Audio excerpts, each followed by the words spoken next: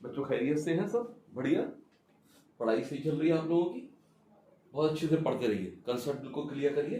भौतिक विज्ञान 11 घर्षण, बेटा लेक्चर 13 13वां लेक्चर है पार्ट 5 पर। ठीक है, पिछले लेक्चर में हमने घर्षण के नियम पढ़े कि भाई जो सीमांत घर्षण है उसके नियम क्या होते हैं, गतिज घर्षण के नियम क्या होते हैं, उनकी फॉर्मूला क्या है। ठीक है, ये हमने स्टडी किया और एक वहां प्रश्न लगाया। तो आज बच्चों बेसिकली हम प्रश्न देखेंगे कैसे कैसे क्वेश्चन इस पर फ्रेम होते हैं। एनसीईआरटी बेस्ड क्वेश्चन रहेंगे हमारे। ठीक है, तो पहला क्वेश्चन लिखते हैं, यदि एक वस्तु का भार 20 न्यूटन है। अब वस्तु का भार ही दे दिया इसने। कभी कभार क्या देते हैं, जनरली क्या देते हैं सामान्यतः कि भाई द्रव्यमान दे देंगे और जी का मान दे देंगे। इसलिए यहां पर क्या दे दिया, वस्तु का भार दे दिया। यदि एक वस्तु का भार 20 न्यूटन है तथा उसे ठीक चलाने के लिए 8 न्यूटन बल की आवश्यकता होती है। यानी उसे जस्ट चलाने के लिए, ठीक चलाने के लिए 8 न्यूटन के बल की आवश्यकता होती है। ठीक है, अब जब एक बार वो चल जाती है, फिसलने लगती है, तो उसे एक निश्चित वेग से, नियत वेग से चलाने के लिए कम फोर्स की जरूरत पड़ेगी, 4 न्यूटन की जरूरत पड़ती है। अब उसे फिसलाने के लिए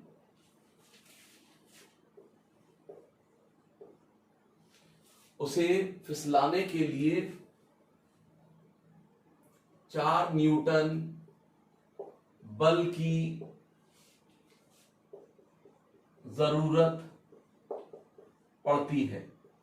ठीक है, उसे फिसलाने के लिए 4 न्यूटन यानी निश्चित वेग से, नियत वेग से, उसे नियत वेग से, यहां पर लिख सकते हैं नियत वेग से, उसे नियत वेग से चलाने के लिए, यहां लिख दें नियत वेग से। अब उसे नियत वेग से फिसलाने के लिए 4 न्यूटन बल की जरूरत पड़ती है। तो बच्चों हमें निकालना है स्थैतिक और गतिज घर्षण गुणांक।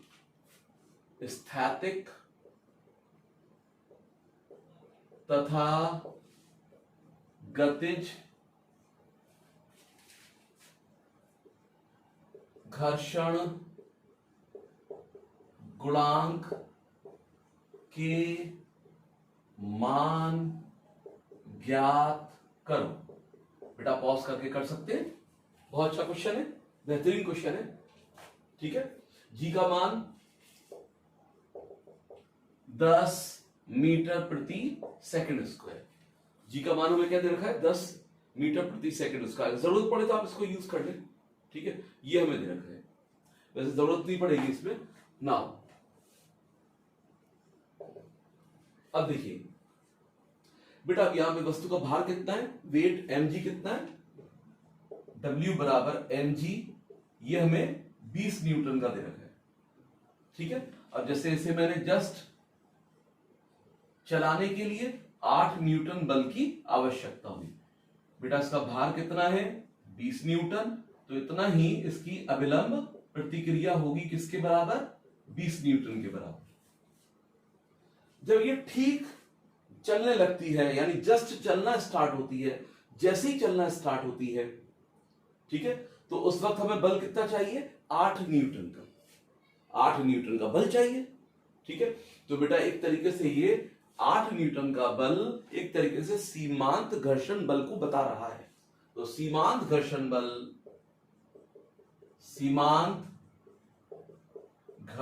बल, अब ये कितना हो गया, 8 न्यूटन के बराबर हो गया। यानी सीमांत घर्षण 8 न्यूटन का लग रहा होगा। जैसे ही बाह्य बल 8 न्यूटन का लगाऊंगा, यानी ये 8 न्यूटन का है सीमांत घर्षण। जैसे ही 8 न्यूटन का लगेगा तो ये जस्ट ठीक चलना चालू कर दी। तो सीमांत घर्षण बल हो गया 8 न्यूटन का। ठीक है बेटा, सीमांत घर्षण बल का सूत्र क्या होता है? सीमांत घर्षण बल कल हमने सूत्र देखा कि भाई Fs is equal to mu s गुणा आर, ये सूत्र हो गया। तो बेटा अब आर क्या है? mg के बराबर, और जो 20 न्यूटन दे रखा है। ठीक है, तो बेटा अब यहां पे म्यू एस Fs बटे mg। Fs बेटा सीमांत घर्षण बल जो 8 आ रहा है, mg यानी पूरा हमें mg क्या दे रखा है? 20 न्यूटन, ये आ गया। ठीक है, तो 0.4 कोई मात्रक होता नहीं है इन घर्षण गुणांकों का, तो हमारे पास 0.4 आ गया। अब बेटा ये अब जब एक बार चलना स्टार्ट हो जाएगी तो कम बल से ही नियत वेग से इसे चला सकते हैं। कम बल कितना हो गया? 4 न्यूटन। कम बल कितना है? 4 न्यूटन का है और नियत वेग से चल रहा है। अब इस बात को समझिए बेटा, अब ये नियत वेग से चल रहा है, नियत वेग से चल रहा है। चलाने के लिए 4 न्यूटन का बल चाहिए। मैंने कहा भाई जो गतिज घर्षण है एफ के काइनेटिक, गतिज घर्षण के लिए एफ के लिख देते हैं। भाई वस्तु चल रही है राइट हैंड की तरफ, 4 न्यूटन से भागे जा रही है नियत वेग पर। घर्षण जो लग रहा है गतिज घर्षण उल्टे हाथ की ओर एफ के, तो बेटा इनका नेट बल क्या हो गया? नेट बल हो गया भाई 4 माइनस एफ के, ये नेट बल हो गया। अब नेट बल बेटा हम निकालेंगे द्रव्यमान गुणा एक्सेलरेशन से, त्वरण से। जब नियत वेग से चलेगी तो त्वरण क्या हो जाएगा? जब बेटा नियत वेग से चलेगी तो त्वरण 0 हो जाएगा। जब वस्तु नियत वेग से चल रही है तो त्वरण क्या होता है? यानी वेग परिवर्तन की दर। वेग नियत है तो वेग परिवर्तन क्या हो गया? 0। तो बेटा त्वरण 0 हो गया, तो नेट बल मेरे पास आएगा। अगर मैं नेट बल द्रव्यमान गुणा एक्सेलरेशन त्वरण लिखूंगा, मैं त्वरण इसका 0 है तो ये 0 हो गया। तो नेट बल 4 माइनस किसके बराबर हो गया? 0 के। तो एफ के बराबर हो गया बेटा 4 न्यूटन। जो एफ के गतिज घर्षण बल है वो कितना हो गया? 4 न्यूटन। फिर से सूत्र लगा दीजिए गतिज घर्षण, यानी एफ के बराबर किसके होता है? म्यू के गुणा आर। एफ के बराबर म्यू के गुणा आर। तो बेटा यहां पे म्यू के गतिज घर्षण गुणांक एफ के बटे आर। एफ के मेरे पास 4 आ चुका है बेटा। अभिलंब प्रतिक्रिया, अभिलंब प्रतिक्रिया अभी भी क्या है? यानी mg बराबर 20, r 20 के बराबर है। अभिलंब प्रतिक्रिया कहां पर है? ऊपर।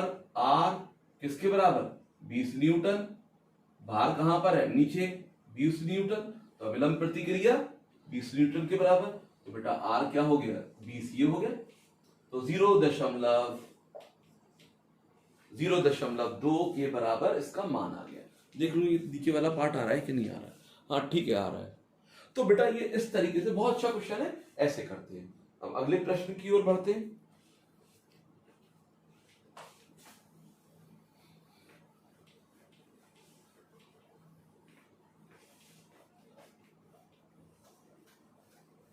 अब देखो कहीं पर जैसे शिमला वगैरह में जब स्नोफॉल होता है, बर्फ गिरती है, तो कहीं बर्फ है, मैदान में बर्फ पड़ी हुई है, बर्फीला मैदान हो गया, वहां एक, ठीक है, एक वस्तु थी मेरे पास, उसे 8 मीटर पर सेकंड से मैंने बर्फ के मैदान पर फेंका।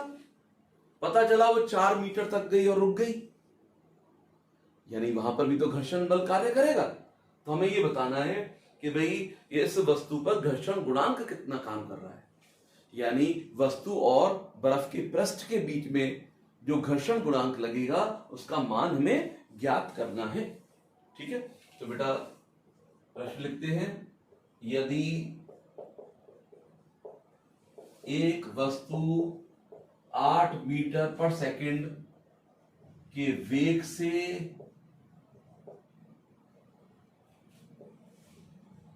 बर्फ पर फेंकी जाती है चलाने के लिए, ये नहीं कि बस उसको एकदम मार दिया उसमें, ऐसे नहीं, चलाने के लिए फेंकी जाती है। यदि एक वस्तु 8 मीटर पर सेकंड के वेग से बर्फ पर फेंकी जाती है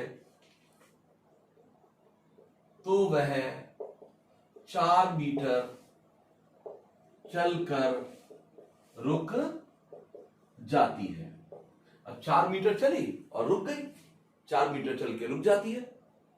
ठीक है, तो हमें बताना है कि भाई घर्षण गुणांक कितना कार्य करेगा, यानी हमें क्या पता करना है, बर्फ और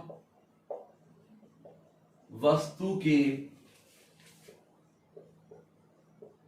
पृष्ठ के बीच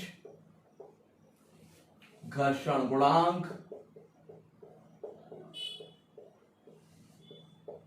का मान ज्ञात करो, घर्षण गुणांक का मान ज्ञात करो। ठीक है, बहुत अच्छा क्वेश्चन है, एकदम ऐसे नहीं कि जो टाइप क्वेश्चन अभी चले आ रहे हैं हमारे पास, थोड़ा डिफरेंट है बेटा। अब जैसे मान लो ये बर्फ का मैदान है, एक ऑब्जेक्ट मैंने फेंकी, ये चल रही है 8 मीटर पर सेकंड की रफ्तार से।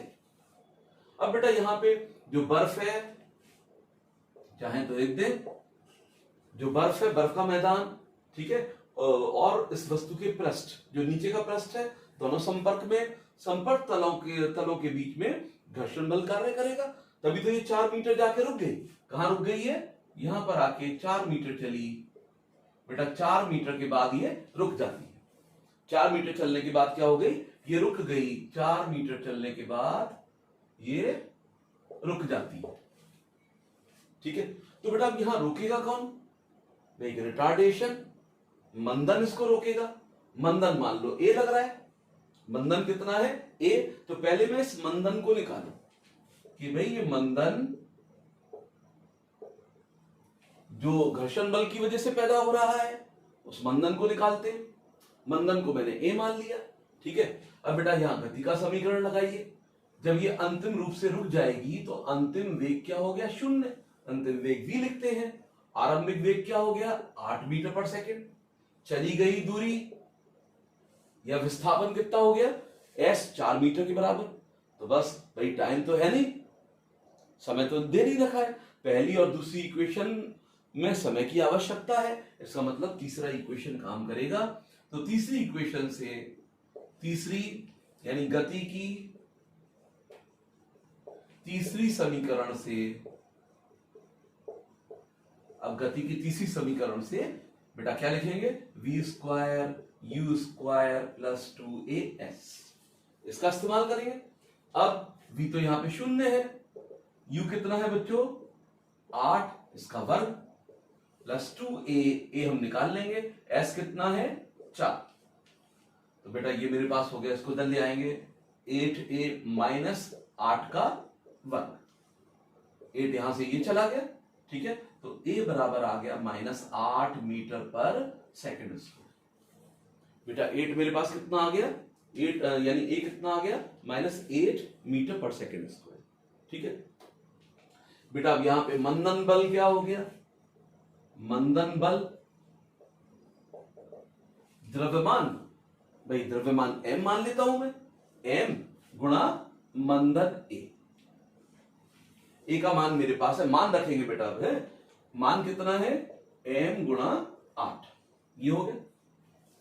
अब भाई मंदन बल कौन है, घर्षण बल, तो घर्षण बल का सूत्र क्या है, घर्षण बल किसके बराबर होता है, घर्षण गुणांक गुणा r। r बेटा अभिलंब प्रतिक्रिया, r अभिलंब प्रतिक्रिया, भार नीचे r ऊपर, और भार के बराबर यानी m गुणा g के बराबर, तो म्यू mg के बराबर। ये दोनों एक ही है बेटा, घर्षण बल ही तो मंदन बल की तरह कार्य कर रहा है, उसे रोकने कौन रोक रहा है, इसे मंदन बल यानी घर्षण बल। तो दोनों को बराबर रख दो, तो बेटा जब बराबर रखोगे तो म्यू mg बराबर m गुणा 8, m से m ये चला गया। ठीक है, म्यू बराबर 8 बटे g। मान लो g का मान हमें 10 दे रखा है, यानी g का मान क्या दे रखा है 10 मीटर प्रति सेकंड स्क्वायर। नहीं दे रखा होगा तो 9.8 चिपका देना। अभी मैं कैलकुलेशन इजियर करने के लिए यानी 8/10, तो 0.8 मेरे पास इसका मान हो गया। तो बहुत बेहतरीन क्वेश्चन है बेटा, ध्यान रखिएगा। ठीक है, अब अगले प्रश्न की ओर बढ़ते हैं।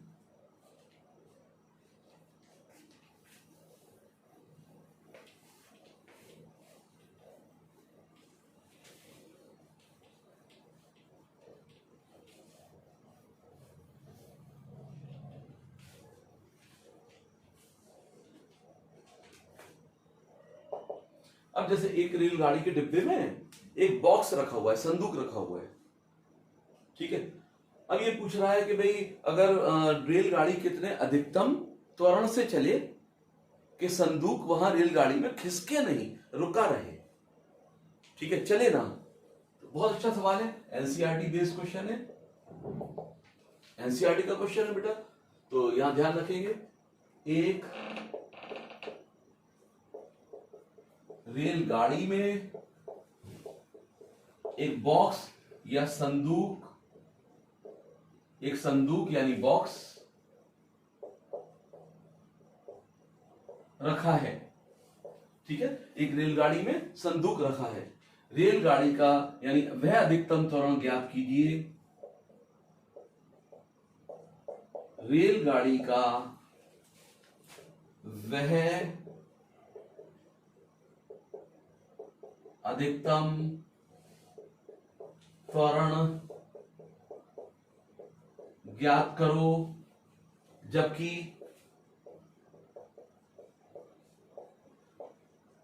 संदूक विराम अवस्था में ही रहे।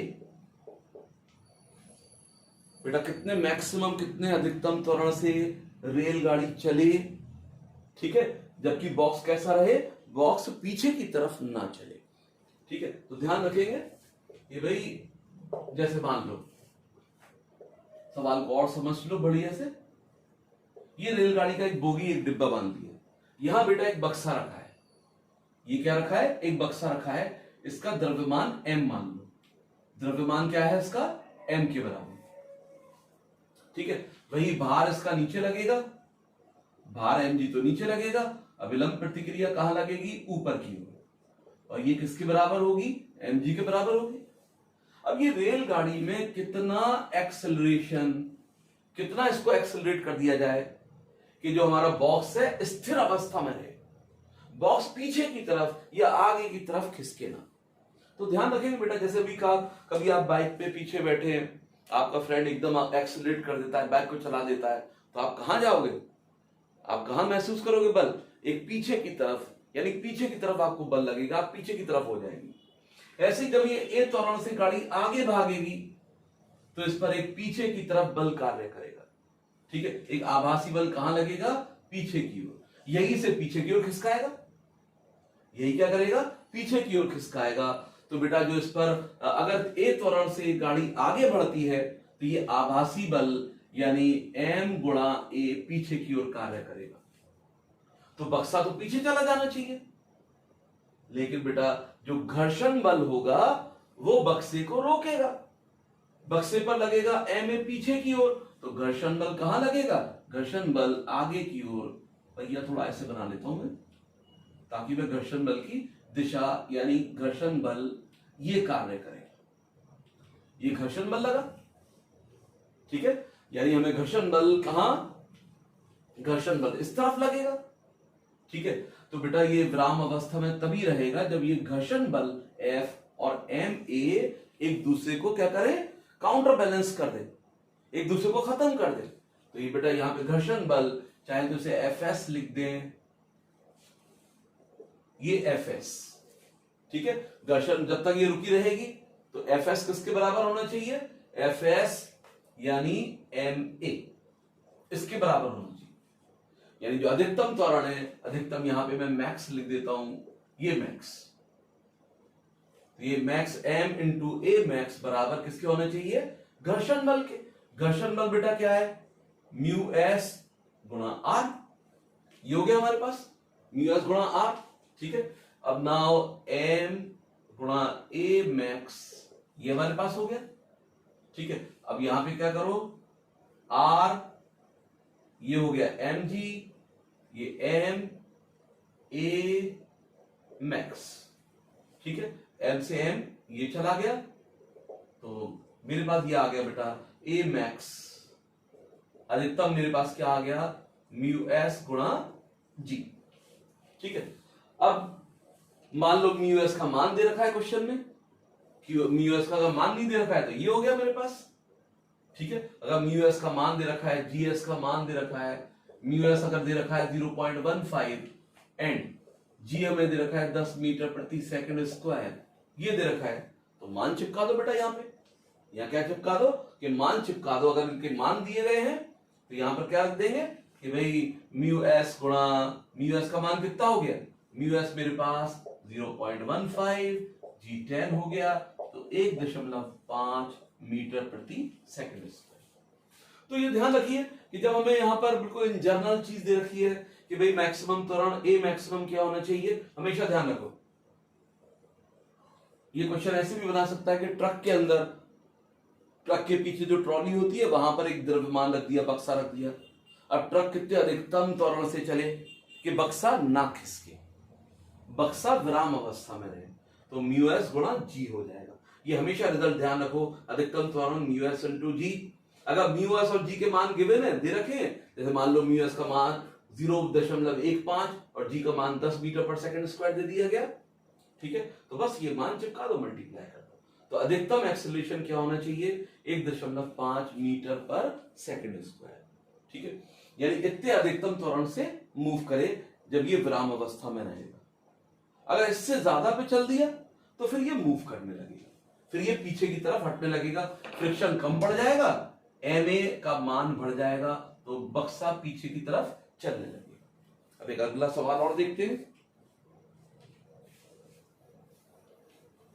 ये भी एनसीईआरटी का क्वेश्चन है।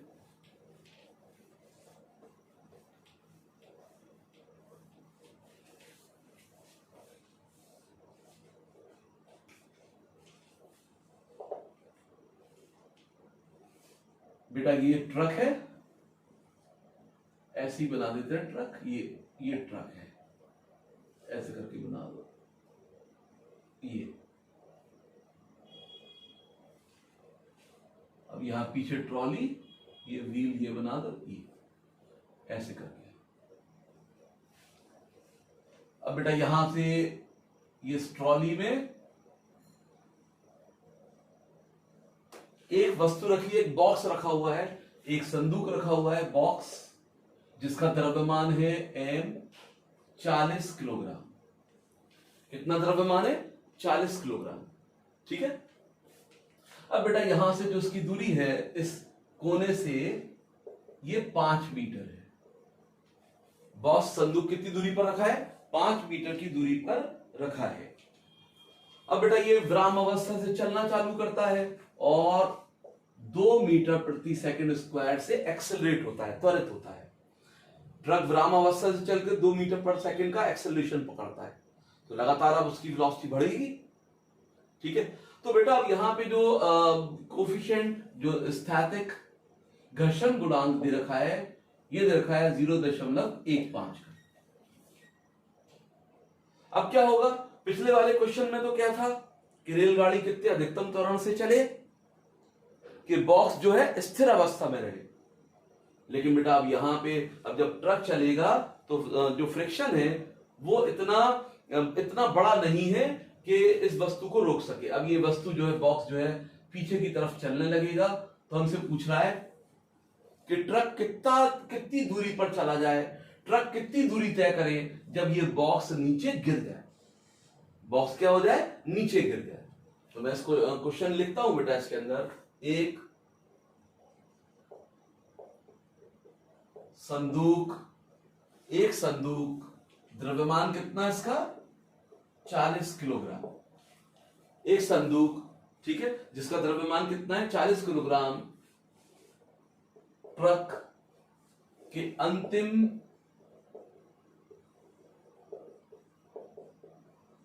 बिंदु से 5 मीटर की दूरी पर रखा है। ठीक है, विराम अवस्था में है। और बेटा जो स्थैतिक या स्थैतिक घर्षण गुणांक है, स्थैतिक घर्षण गुणांक संदूक व ट्रक के बीच स्थैतिक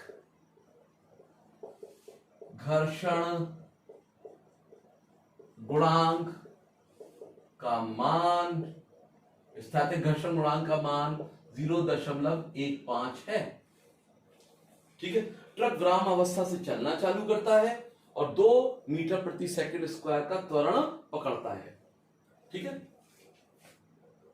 ट्रक विराम अवस्था से चलकर 2 मीटर प्रति सेकंड स्क्वायर के त्वरण से त्वरित होता है। ठीक है, तो हमें ये बताना है कि ट्रक कितनी दूरी तय करे, कितनी दूरी चले जब ये बॉक्स या संदूक बाहर गिर जाए। ट्रक द्वारा चली गई दूरी क्या होगी जब संदूक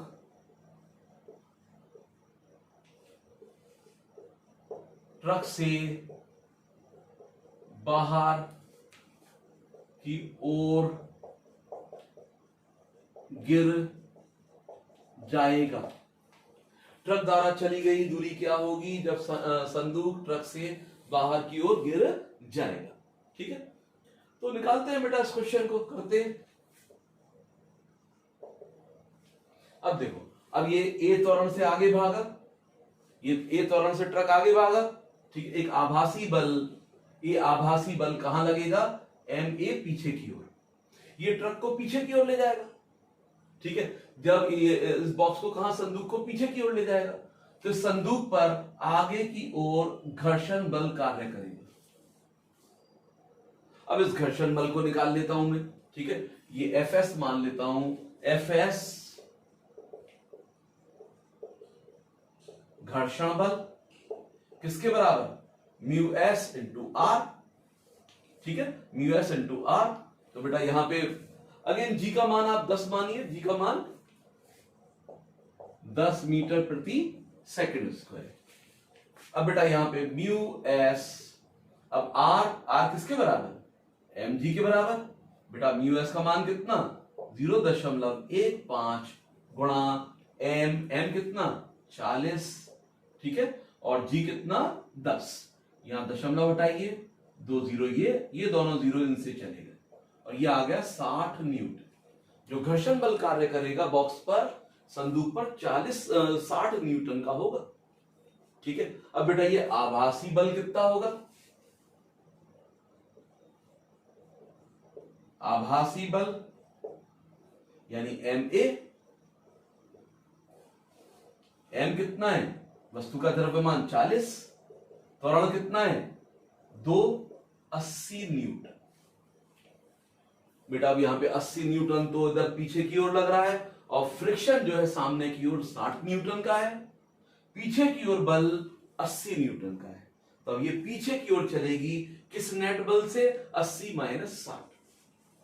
तो वस्तु पर या बॉक्स पर या संदूक पर नेट बल, संदूक पर नेट बल 80 माइनस 60 20 न्यूटन। बेटा ये 20 न्यूटन हो गए। ठीक है, तो अब मैं त्वरण निकाल लूं कि भाई किस त्वरण से हमारा बॉक्स चलेगा। संदूक का त्वरण, संदूक का त्वरण। अब ये त्वरण आभासी वाला नहीं होगा। ठीक है, आभासी तो सीधो लगता है, वो हम महसूस करेंगे, यहाँ पे बाइक जब आगे जाएगी तो पीछे की ओर महसूस करेंगे। लेकिन जब नेट बल निकालेंगे तो नेट बल से इसमें वो त्वरण आएगा जिससे ये गतिमान होगा। संदूक का त्वरण, तो संदूक का त्वरण कैसे, संदूक पर नेट बल 20 बटे इसका द्रव्यमान 40, तो 0.15 5 इतने मीटर पर सेकंड स्क्वायर। बेटा ये कितने संदूक का त्वरण क्या आ गया? 0.5 मीटर पर सेकंड स्क्वायर। अब ये इतने त्वरण से चल के 5 मीटर की दूरी कितनी देर में कर लेगा? भाई टाइम निकालना, टाइम पकड़ ले कि भाई 5 मीटर की दूरी विराम अवस्था से ये भी चल रहा है, तो u इक्वल टू 0। ठीक है, तो लगा दें इसके अंदर सेकंड इक्वेशन। ठीक है, सेकंड इक्वेशन से s बराबर ut plus half at square. ठीक है बेटा, अब यहां पे u तो शून्य हो गया, हाफ a आ गया 0.5 इंटू टी स्क्वायर, और दूरी बच्चों कितनी है? 5 मीटर। ठीक है, बस बेटा अब यहां पे टी स्क्वायर 2 को इधर ले जाइए, 10 ये हो गया 0.5 टी स्क्वायर। तो मेरे पास टी का मान हो गया भाई 0.5 इधर लेकर आएंगे तो 20 का अंडर रूट कितना आ गया? 20 का अंडर रूट इतने सेकेंड। भाई कैलकुलेशन करके देख लीजिए, 10 बटा 0.5 1 दशमलव ये चला गया, 5 से बेटा ये 20 बार ये चला, तो टाइम मेरे पास आ गया 20 सेकेंड। ठीक है, चाहे तो आप निकाल सकते हैं कि भाई 20 सेकेंड है, इसका मान चाहे तो निकाल लीजिए, आ जाएगा, अभी जरूरत नहीं है। अब बेटा यहाँ पे देखो, इसकी अब जरूरत नहीं पड़ेगी, अब स्क्वायर हो जाएगा वहां दूसरी जगह जाके। तो बेटा मुझे वो टाइम पता चल गया कि जब बॉक्स यहां से चलकर जब बाहर गिरा, यानी इतने अंडर रूट 20 सेकंड में बाहर गिरेगा, तो इस टाइम तक ट्रक कितना आगे चल चुका होगा? ट्रक द्वारा चली गई दूरी, ट्रक द्वारा चली गई दूरी बेटा ये मान लो s डैश, वही formula s is equal to u t plus half a t square, ये भी विराम अवस्था से चल रहा है, u t plus half a t square. तो बेटा ये चली गई दूरी s डैश, ये तो शून्य हो गया, प्लस हाफ a, अब ये अपने त्वरण 2 से चल रहा है, ये ब्लॉक का त्वरण अलग है, संदूक का त्वरण 0.5 है, लेकिन ट्रक किस त्वरण से चल रहा है? 2 से, 2 मीटर प्रति सेकंड स्क्वायर का वर्ग, बेटा टी स्क्वायर मैंने कहा था कि भाई वर्ग कर दो, यहां पर अंडर रूट की लेने की जरूरत नहीं है, इसका वर्ग यानी 20 हो गया, 2 से 2 चला गया, कितना आ गया? 20 मीटर। यानी जब ट्रक बच्चों 20 मीटर चल चुका होगा तब जाके ये बॉक्स बाहर निकल जाएगा। बहुत बेहतरीन क्वेश्चन है एनसीईआरटी का। ठीक है, तो अब कभी कभी क्वेश्चन में ये कर देते हैं, अब जैसे मान लो जी का मान गिवन नहीं है, थोड़ी कैलकुलेशन बढ़ जाती है, 9.8 हो जाएगा। अगर जी का मान 10 नहीं दे रखा है तो बस जी की जगह क्या रख देंगे? 9.8 रख देंगे, थोड़ा बहुत अंतर पड़ेगा, 18 दशमलव समथिंग कुछ मीटर डिस्टेंस आ जाएगा। तो ये क्वेश्चन बच्चों आप ऐसे टेस्ट पर रखिए जो बड़े कंसेप्चुअल क्वेश्चन है। तो आज बेटा इतना ही रखते हैं, अब अगला जो लेक्चर लेंगे घर्षण को फिनिश कर देंगे। ठीक है, उसमें बेसिकली हम क्या करेंगे? एक तो घर्षण कोण की बात करेंगे, एक आनत पर, ठीक है, आनत यानी इंक्लाइंड प्लेन पर जो नीचे जो तिरछा तल होता है वहां पर वस्तु रखेंगे और उसका विराम कोण ज्ञात करेंगे और आपस में संबंध देखेंगे। और लास्ट बिंदु ये लूंगा बेटा कि जो घर्षण होता है एक आवश्यक बुराई है। तो इतना ही रखते हैं बेटा, ठीक।